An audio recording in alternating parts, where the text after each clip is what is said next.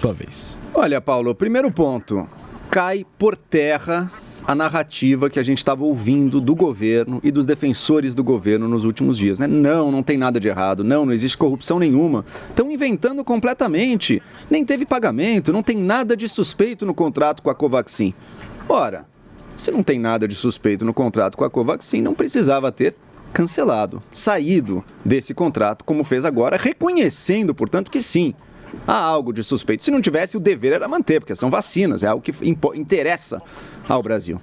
E agora são várias acusações simultâneas de diversos processos de negociação de vacina pelo governo brasileiro. Uma coisa é verdade, uma coisa que o Zé Maria ressaltou, a Bruna também lembrou, poucos desses tocam diretamente o presidente. O presidente não é responsável por esse funcionário Roberto Dias, embora tenha sido já muito leniente com ele no passado. Vamos lembrar, o Mandetta nomeou o Roberto Dias, mas depois que o Mandetta já tinha saído do ministério, o que o Bolsonaro fez? Em outubro do ano passado, nomeou o Roberto Dias para um cargo de direção na Anvisa.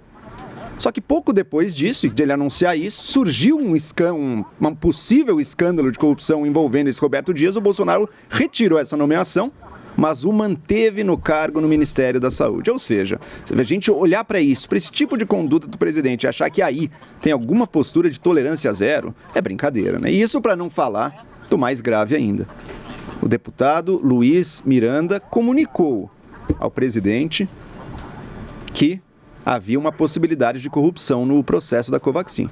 Eu quero saber como é que o presidente reagiu a isso. O que ele fez com base nessa informação? Uma coisa que o Bolsonaro disse, gente, é verdade. Ele não tem como saber de tudo o que acontece no governo. São milhares e milhares de pessoas que trabalham para o governo federal. Mas nesse caso não se esperava dele essa onisciência. Nesse caso ele foi especificamente informado por alguém que gozava da sua confiança pessoal, inclusive. Tanto é que o Bolsonaro conversa diretamente com ele. O que ele fez? Ele foi na Polícia Federal, ele tomou alguma atitude junto ao Ministério da Saúde? O Bolsonaro adorava, hoje em dia ele nem toca mais no assunto porque pega mal para ele, mas ele adorava o papo da anticorrupção. Alguém que nunca, jamais na vida teve qualquer conduta diferente do velho patrimonialismo brasileiro. Enquanto deputado, com seus filhos, funcionária fantasma, filha do Queiroz que o Bolsonaro contratou em Brasília. Enfim, a vida dele é a expressão prática, perfeita do que é o patrimonialismo da política brasileira. Mas não, chegou a campanha, passou uns anos ali dizendo, não, é um grande paladino contra a corrupção, botou Sérgio Moro como ministro. Ok, o que Sérgio Moro fez? Nada, e pelo contrário, quando ele tentou apenas resistir aos avanços de Bolsonaro sobre a Polícia Federal, o Bolsonaro o pressionou, ele saiu porque ele queria manter um mínimo de dignidade frente ao maior erro que ele cometeu. E desde então, cadê o combate à corrupção? Tivemos lei apoiada pelo governo para dificultar ir atrás de improbidade administrativa, tivemos pacote anticrime, acabou, prisão depois de segunda instância, uma PEC que poderia ser relevante também, não tem a menor prioridade dentro do governo, não há nada no combate à corrupção. Indicações do Bolsonaro, ministro do Supremo, acabou de votar pela parcialidade do Moro. Essa é a prioridade do governo para proteger, inclusive, a si e aos seus. E também cupinchas e membros do governo que eu acredito que não estão diretamente ligados ao Bolsonaro, mas fazem parte deste grande barco. Agora exonerou, né?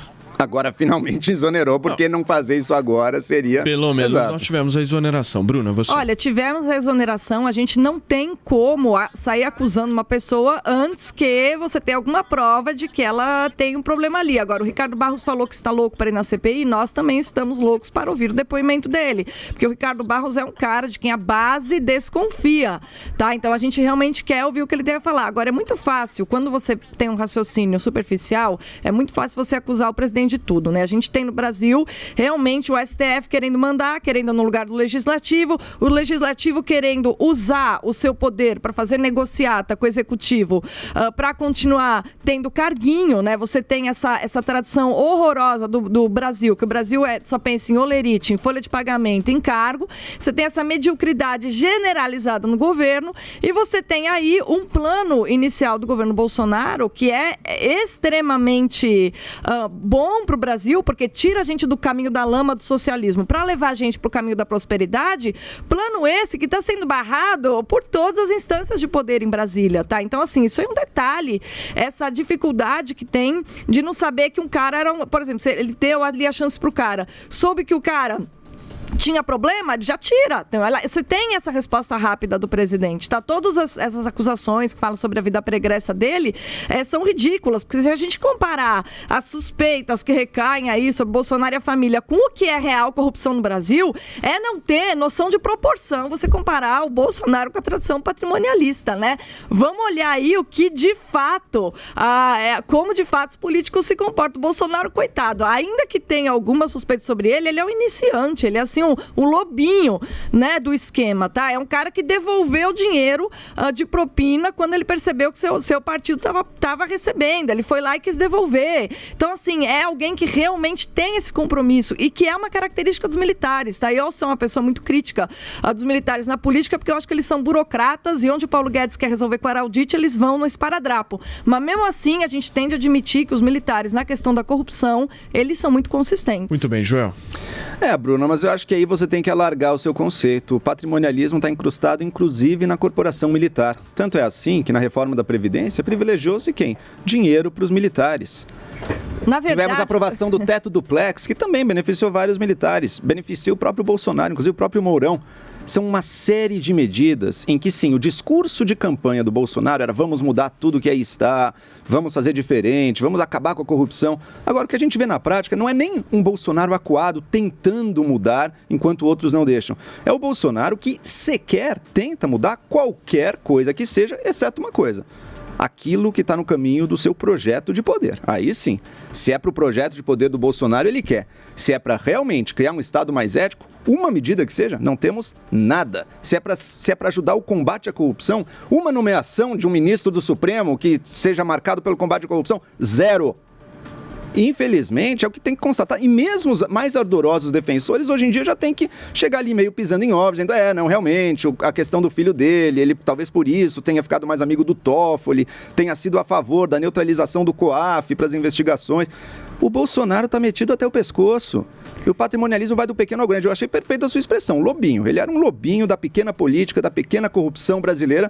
E há lobões, a gente grande, a gente com esquemas muito maiores que os que ele tinha. Agora, isso não torna diferente daquilo. Ele é o mesmo mar de lama, fingindo-se diferente. Torna diferente, tem que ter proporção. Fingindo-se diferente, Bruno. Não é óbvio, mas espera aí, a rachadinha é crime. O funcionário fantasma é crime. Não é um crime tão grande quanto o desvio do petrolão de sei lá quantos bilhões de reais. Evidentemente, ninguém está falando diferente? Isso. Torna diferente porque vamos entender como as coisas funcionam, né? Um cara que assalta o erário público, um cara que torna, assim, essa esquema de corrupção, tipo a petista, né? Que assalta o país, né? E que torna inviável que a gente saia da lama, que endivida as futuras gerações, sei lá, por 50 gerações, né? Que compromete a nossa vida em 50 anos.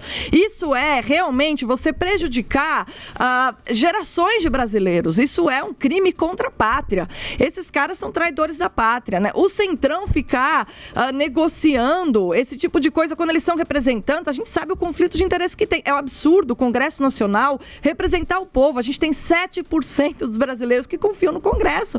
E são eles que estão investigando as baixarias que aconteceram na CPI. Assim, e sem levar prefeito, sem levar governador, que foram os caras que fizeram a maior lambança. Então a gente já tem esse problema do conflito de interesse. Aí, de repente, o povo vai lá, dá um voto de confiança para um cara que tem uma trajetória diferente, sim, do pessoal da Câmara. Não dá nem para comparar em termos de noção de proporção. Dá um voto de confiança. E aí o cara é cercado de todo lado, para todo mundo querer juntar ele com quem ferrou as gerações brasileiras pelos próximos 50 anos, é beiro ridículo. Bruna, perdão, eu concordo com você quando você critica o Centrão, por exemplo, é a velha política fisiológica mais suja. Agora, a única constatação possível, se a gente olha a trajetória do Bolsonaro, e não só a trajetória passada, mas o presente dele, com quem ele negocia, quem são seus amigos na política, Roberto Jefferson, Arthur Lira, Valdemar Costa Neto, Ricardo Barros. O Bolsonaro sempre foi, e continua sendo um político do Centrão. Ele nada mais é do que isso, e o resto, gente, reconheçam, foi propaganda, e as ações dele agora mostram isso. Ou seja, no ano que vem, eu vou votar em quem fala pra mim o seguinte: amigo, vota em mim, porque eu não vou mudar absolutamente nada e eu tenho que negociar com os caras. Pronto. Pronto. O cara que Não falar vai isso mudar, pra né? mim no ano que vem vai ser um cara lúcido, vai ser um cara que eu vou botar fé. Não vou mais Sabe qual que é o botar fé ponto, naqueles caras que Paulo? vão falar, eu vou mudar tudo! Quem fala que vai mudar tudo Não tá vai. mentindo. A gente tem que Vai. votar em quem vai mudar de forma segura e paulatina e real. Quem promete mundos e fundos é porque não vai fazer nada. E outra, e não mudar só o presidente, né? Mudar a parte do Congresso também. É verdade. Que aí talvez seja uma mudança até mais importante. Bom, enquanto a gente não muda o presidente, vamos mudar a pauta